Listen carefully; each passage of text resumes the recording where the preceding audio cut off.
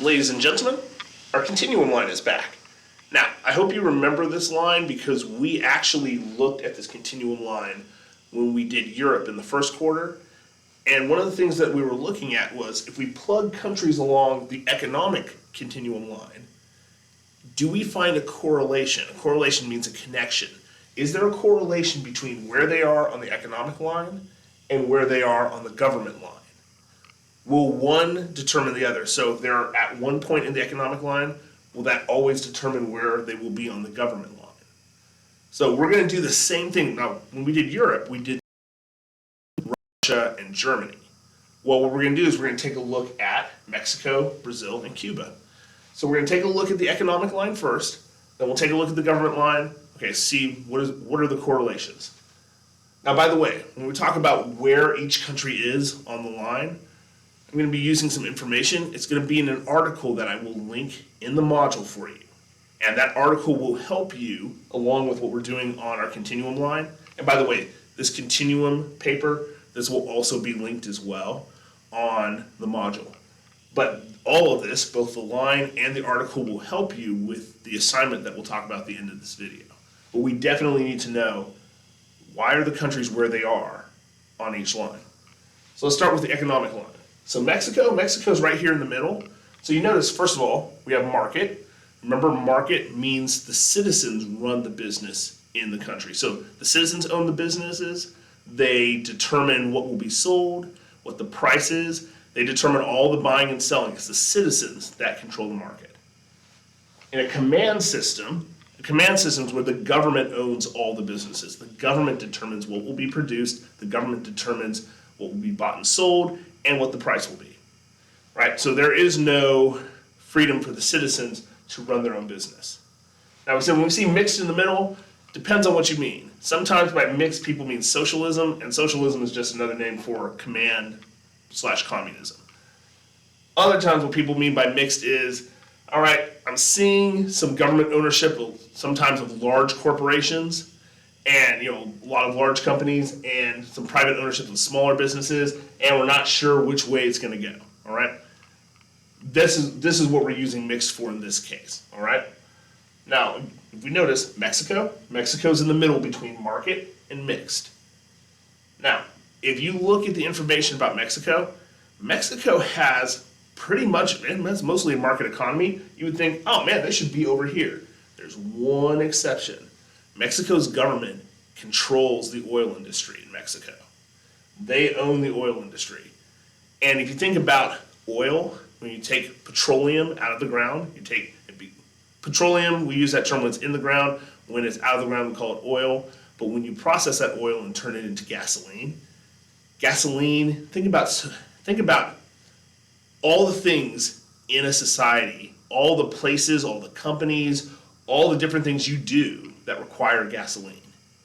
Right? So think about it, that's a lot. So because of that, and Mexico's government controls that, and you don't have any private citizens that can own those oil companies, and there's no competition that might bring the price down. Because of that, Mexico's right here between market and mixed. Right? Otherwise, if it wasn't for the government owning the oil company, Mexico would be all the way over here. Okay? Now Brazil is right in the middle. Obviously, I'm not going to put it right on the mixed line, so I put it right here. If you remember from yesterday's video, Brazil's government from about 2003 to 2018, they were going in the direction of socialism/communism, right? So if we had this class 10 years ago, Brazil would have been over here. But if you remember from the video, we said in 2018, there was a new election, a guy named Jair Bolsonaro was elected as an anti-command, anti-communism president. And so Brazil has gone from being what would be right around here, and they moved themselves over this way. So they still got a lot of work to do, in terms of allowing private ownership of certain businesses, including at one time Brazil actually did own the entire oil industry, oil companies in Brazil. But Brazil's they're working to try to allow private ownership of those companies. So because of that, Brazil's moved from being over here, which is where they would be 10 years ago, to right here. So that means that they still got a lot of work to do, and it's not going to be easy, but they're moving more in the direction of market. All right?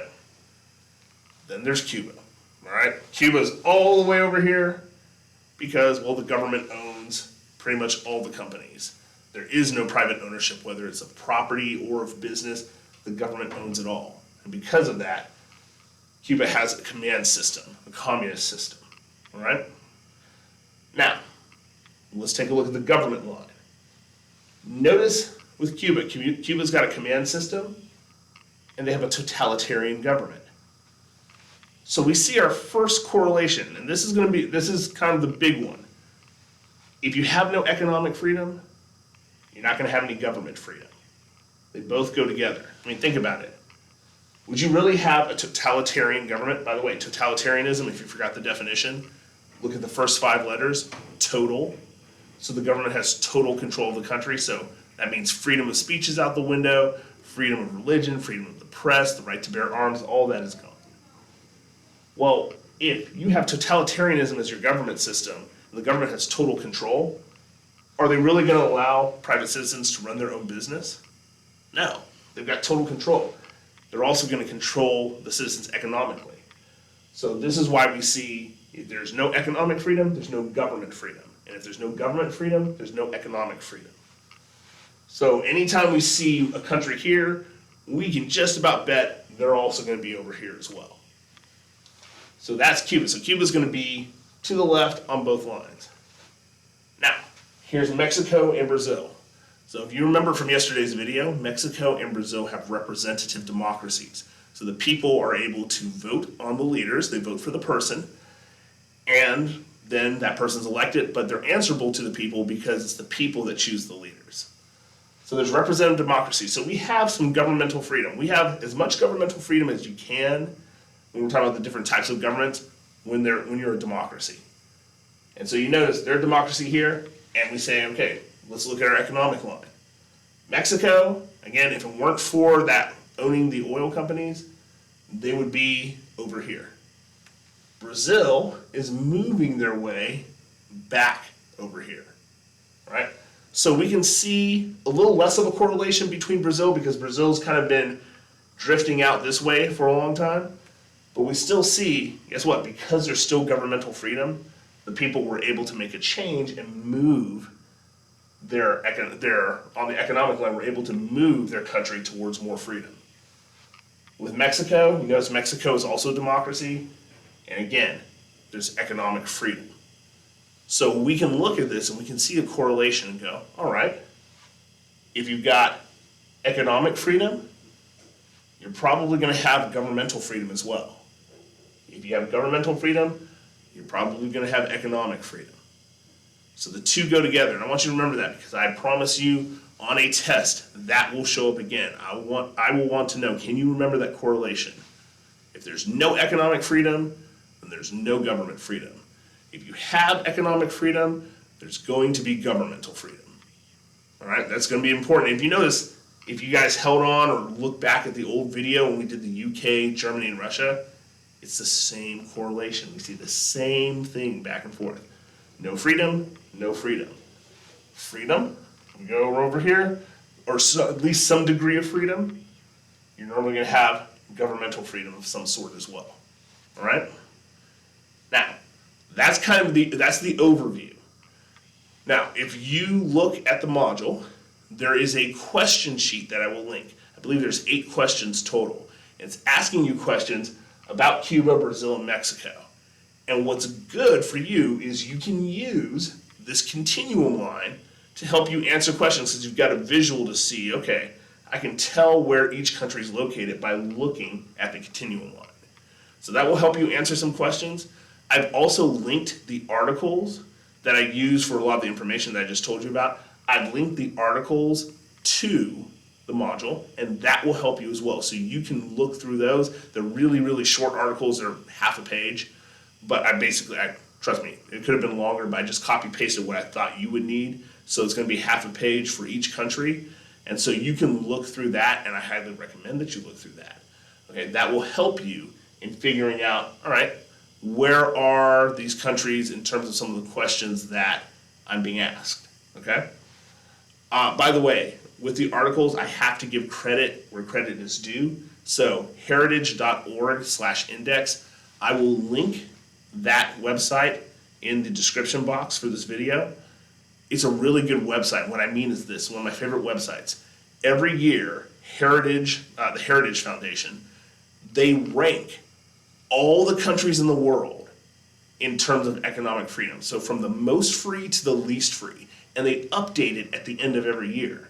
So right now they've updated it for 2020.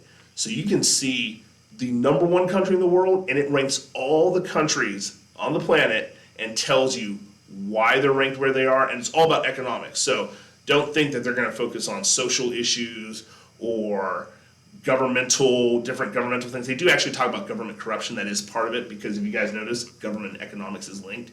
So they'll focus on economics, they'll focus on government, but they won't focus on other things outside of that, all right? If that makes any sense to you. But it's a really, really cool website, really easy to read.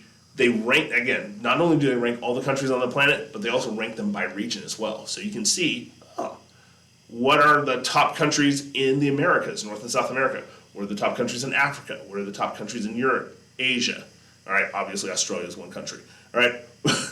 But it's a really good website. I need to give credit where credit is due because they are an awesome website. I've used them for years. So heritage.org/index, all right?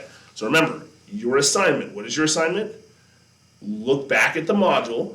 There is a question sheet that should have 8 questions. You can use this continuum line.